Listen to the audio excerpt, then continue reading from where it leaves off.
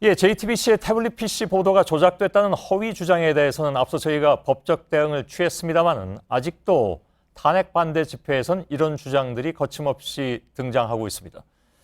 특검 수사나 헌재 탄핵 심판에 대해서도 사실과 다른 주장을 펼치기도 하는데 이가혁 기자와 함께 실제 현장의 발언들을 좀 더 들여다보면서 문제점을 짚어보겠습니다. 옆에 나와 있습니다. 네.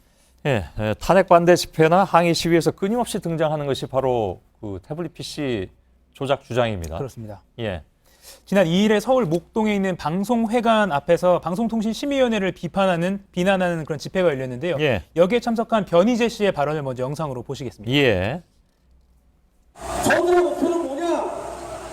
탄핵이 결정나기 전에 JTBC 조작 보도로 중징계를 맞게 되면 탄핵이 무산될까봐 탄핵 결정 때까지 무조건 시간을 끌겠다는 겁니다.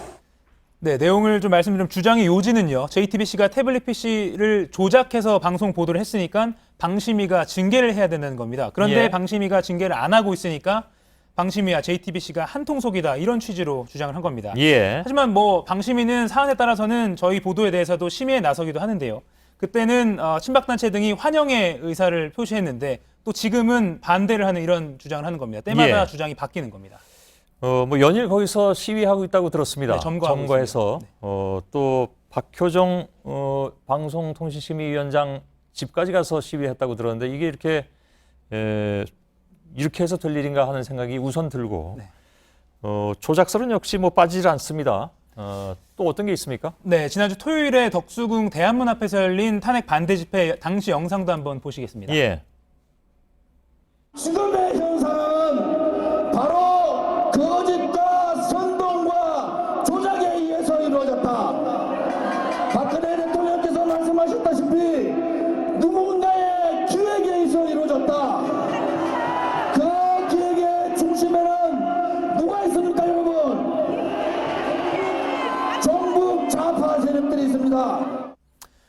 네, 지난달 25일에 정규제 TV라는 인터넷 방송에 박 대통령이 출연해서 한 그 주장을 그대로 되풀이한 건데요. 예. 역시 조작과 선동이라는 용어가 새누리당 최고위원까지 지낸 유력 정치인의 입을 통해서 확대 재생산되고 있는 겁니다. 예.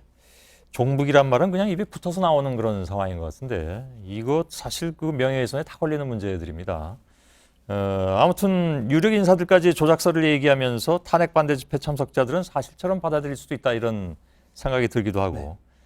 또 어떤 발언들이 있습니까? 네, 방금 보신 같은 집회에서요. 김진태 새누리당 의원도 무대에 올라서 발언했는데 해외 언론들은 이렇게 본다 이런 시각이라면서 발언한 게 있습니다. 한번 들어보시겠습니다. 예.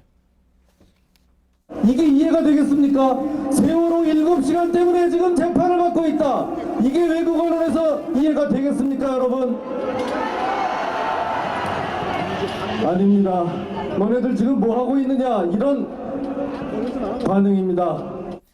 네, 그러니까 해외 언론들이 세월호 참사를 두고 박 대통령에게 죄를 묻는 이 한국의 상황을 두고 납득을 못한다 이런 취지의 설명을 한 겁니다. 예. 해외 언론 모두를 전수조사해 보지 않아도 사실 외신들은 그 우리 촛불 집회에 대해서 성숙한 시민 의식이다. 이런 얘기들은 굉장히 많이 해왔습니다. 세월호 참사에 관련해서도 정부 실패에 대해서는 많이 언급이 된 바가 있고요. 네, 그렇습니다. 헌재가 탄핵 심판 첫 준비 기일을 열었던 지난해 12월 22일에 게재된 뉴욕타임스 온라인 기사를 한번 보시겠습니다. 내용 좀 예. 긴데 다 읽어드리면요.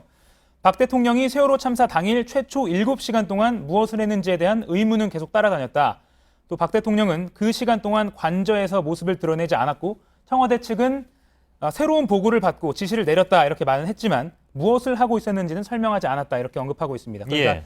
세계 최고의 권위주로 인정받는 뉴욕타임스조차 세월호 참사와 관련해서 또 7시간의 그 의혹과 관련해서 박 대통령을 비판하는 언급을 한 겁니다. 예. 김진태 의원은 특검이 청와대 압수수색을 한 것에 대해서도 비판을 한 바가 있습니다. 이 때문에 이제 특검 수사 흠집내기다 이런 지적도 나오고 있고요. 그렇습니다. 아까 보신 그 영상과 같은 집회에서요. 예. 김진태 의원은 대통령을 기소할 수도 없는데 압수수색 영장을 들고 청와대를 쳐들어가는 것이 도대체 말이 되는 것이냐 이런 발언을 했습니다. 예. 아시다시피 특검은요. 압수수색 바로 전날에 서울중앙지법에서 발부받은 영장을 가지고 갔습니다.